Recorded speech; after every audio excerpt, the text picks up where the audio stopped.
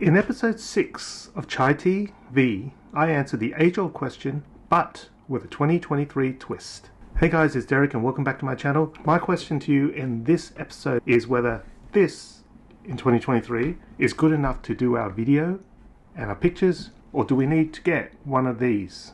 So let me just start by saying that the reason why anyone would buy any sort of camera in the first place is we either want to take pictures or we want to take video. What are we going to do with these images and video? Now 90% of us are going to take things like of our family, our pet, the food we eat, the holidays we go on, and general day-to-day experiences, whether that's in picture form, whether that's in video form. Let there be no mistake, anyone who owns a phone in 2023 who takes any sort of pictures or video and posts it on social media, you're a content creator. But realistically, what are we doing with this content? With the subject matters that I just mentioned a minute ago, most of us are going to be using this content either by looking at it on our phones, perhaps on our tablets, maybe on the computer, and even more rarely on something like a television screen. We're going to send it to our friends, or we're going to post it to our social media. Something like we're going to make a TikTok, we're going to do Instagram Reels, Facebook Reels. So the question is, do we actually need all this fancy stuff, or is it just enough for us just to use our phone? Because you've got to remember, in 2023, an iPhone 14 Pro Max pretty much has all the bells and whistles and everything that you probably need to make very, very decent video and to take amazing photos. And it's always been said that it's not the equipment, but it's the artist that creates the image or the video. So let me give you the pros of something like this. So basically, this theoretically doesn't cost any money because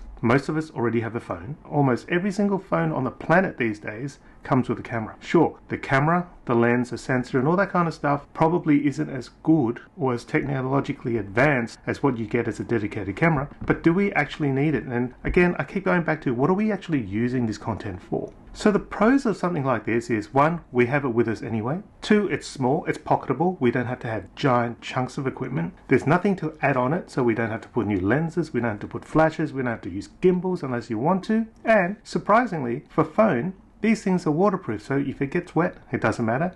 If you put a $4,000 camera in the water, you probably find that you have a $4,000 piece of junk at the end of it. And many of these phones now are more than capable of shooting 4K video. They're capable of shooting raw images. So if you really desire, you can take your photos, you can put them in Lightroom, you can put them in Photoshop, you can edit to your heart's content, you can put the video into Premiere, DaVinci Resolve, LumaFusion, whatever you use, and you can edit to your heart's content. But realistically, how many of us actually do that anyway? How many of us actually take the time to do some post-processing, either with our pictures or our video? So here lies the dilemma. We're always told that it's much better to have a camera than a phone because a camera takes much better photos, it takes much better video than a phone. Yes, it is true to some extent, but it's also how you use it. But basically, when you create content, it's the actual subject of the content, it's whether it's interesting, that's actually going to be more important than how well it's processed once you get it off your phone or your camera. Having the best edits isn't going to make a difference if your content is boring. And similarly, if you've got decent content, people aren't going to mind so much that the color isn't quite right. So the benefit of one of these is it's quick, it's fast, take it out of your pocket, snap your image, snap your video, click a post button, and you're good and you're ready to move on, get on with your lives and take more photos, have more fun, rather than sitting at home in front of your computer or your tablet having to edit all this stuff. The benefit of one of these is you get a lot more flexibility.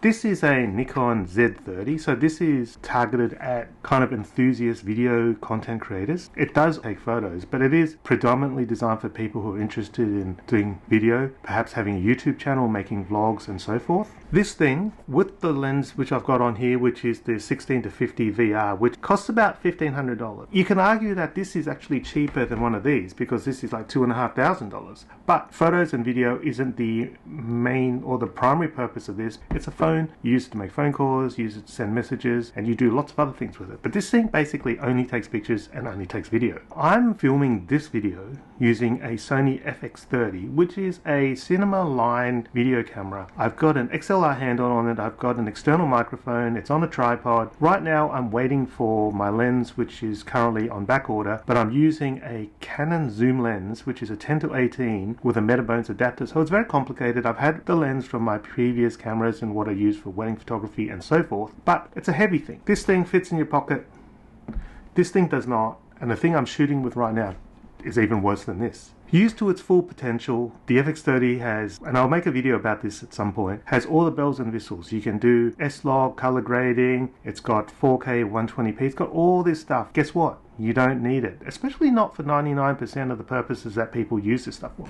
Even if you look at a Nikon Z30, so basically this is an APS-C camera. It's not a full frame, nor is the FX30 by the way, but the sensor is significantly bigger than that on any cell phones. What that gives you immediately is you're going to get better low light performance, you're going to get better clearer images, you can get bigger resolution on your photos and your video, and potentially you're going to be able to do a lot more of it in post. That's something only if you have any interest in pursuing. It has loads of different settings, of course, manual, auto, all that kind of stuff, and the fact that most of us shoot on program or auto anyway, does that make any difference? It's got a hot shoe here so you can attach flashes. Nobody uses the flash on a phone because it's crap, but realistically how many people use a flash, number one, and two is how many people actually know how to use a flash properly.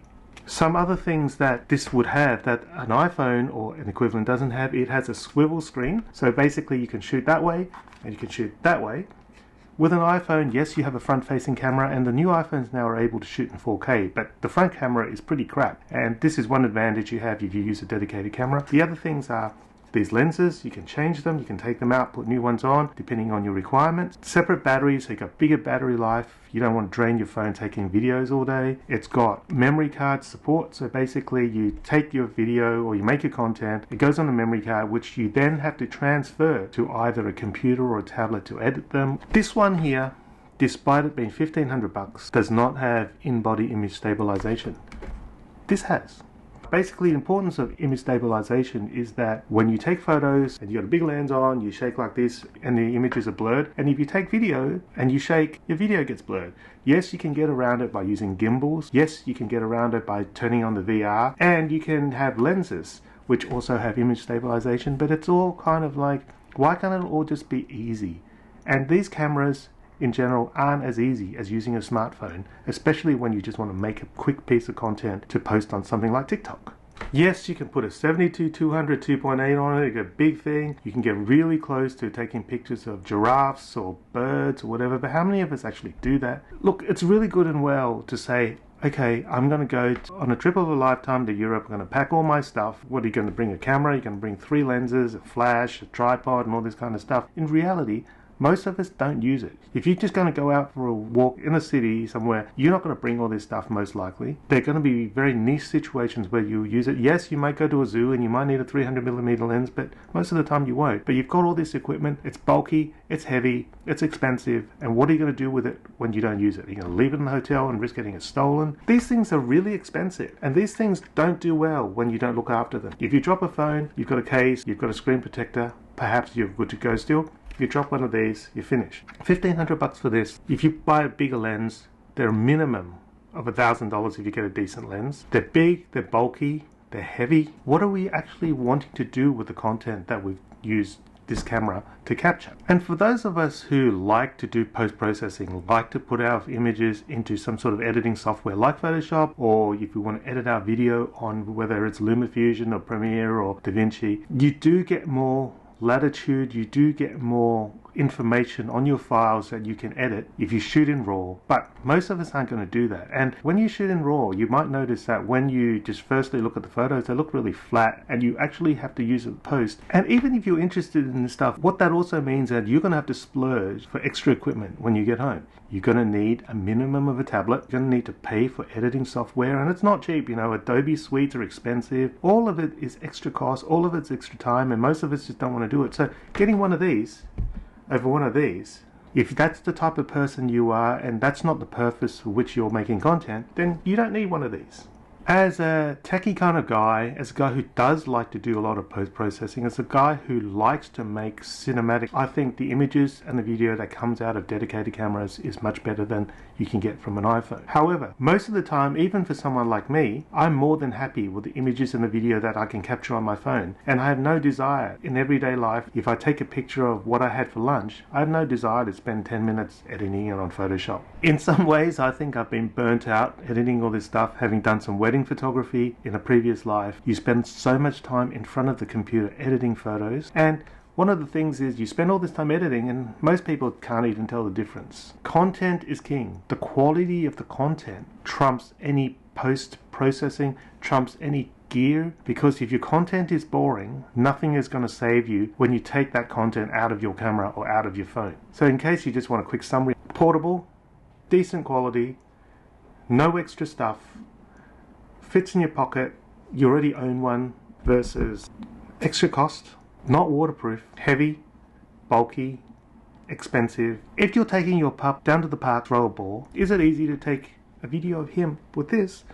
Or is it going to be a bit cumbersome taking video with this? You've only got one hand and you just want a quick video of your cute puppy. The principles of good content creation is the same no matter whether you have a phone or a camera. You're basically a storyteller, and you can easily tell as good a story with your iPhone as you can with a $5,000 or $10,000 camera. As long as the production quality is adequate, it's like you're not getting all these blurry images, you're not getting a lot of camera shake, and the sound is decent, most people aren't going to worry about the finesse. Great photographers, great cinematographers can make great content, but the same cannot be said vice versa. The best way to learn is to take your gear out and use it. I can tell you from personal experience that a heavy, expensive camera with a big lens on it spends 99.999999% of the time in my camera bag in my cupboard at home. This is with me 100% of the time. And yes, once in a blue moon you'll come across a picture or a video that you couldn't take because you didn't bring your $10,000 camera with you, but that is so rare that I wouldn't use that as a reason to actually spend your money. Start with the equipment you already have and learn how to use it well, and then if you find that you need more stuff, if you find that your phone is not capable of making the content that you're wanting to make, then it's the time to think about upgrading and getting heavier, bigger, more expensive equipment, because right now most of us can't even use this to the fullest capability, let alone spending $1,500 on this or even more on something like this. Learn to shoot on manual. Don't rely on the camera or the phone to tell you how to expose a photo, because they're not always right. There are tricky situations where it's going to trick the camera's ability to expose properly, especially when you're in shadows. Cameras don't do well with backlit situations, for example, and if you want your subjects in silhouette, set it so that you're exposed for the background so that your subjects are in silhouette. Color grading, you don't need it. 70 to 200mm lens for most people, you don't need it. High-speed sync, you don't need it. A $700 gimbal, you don't need it. Yes, it's nice to have an 85 1.4 lens, but for most of us, we don't need it. It's big, it's bulky, it's heavy, you drop it, it breaks, it's gone. People steal 85 1.4s. If you can't get the subject's eyes in focus, the 1.4 is pointless. And there's no point if you're only going to shoot at f4 and having 1.4 lens, because you're wasting your money. Have a really good think about what you want out of your content, where you're going to use it, where you're going to send it. Make sure that you've used what you currently have to the maximum of its capabilities before you even think about buying all this extra stuff, because you don't need it. It's all just stuff that distracts you from actually creating, because you spend more time researching what it's like to have a big camera and a nice lens than you do than actually going out and just making. Go out there and make, have fun, post it, show the world what you're capable of, and then decide whether you need all the added bells and whistles. Anyway, that's all I've got to say about that. I hope you've enjoyed this video, and let me know in the comments below what your feeling is about all this, whether you're happy just to shoot on your phone, whether you've got all this gear, and whether you actually just lug it around everywhere you go, or you end up having all this gear that sits at home in a cupboard and you end up using your phone anyway. Let me know if you do a lot of post-processing. Let me know what you do with the content, whether you just post on social media or just leave it on your phone, or whether you actually do something else with it. Do you make cinematic quality videos? Do you make wall art? Thank you for watching, and I'll catch you again in another video. Have a great weekend, and I'll see you again soon. Bye.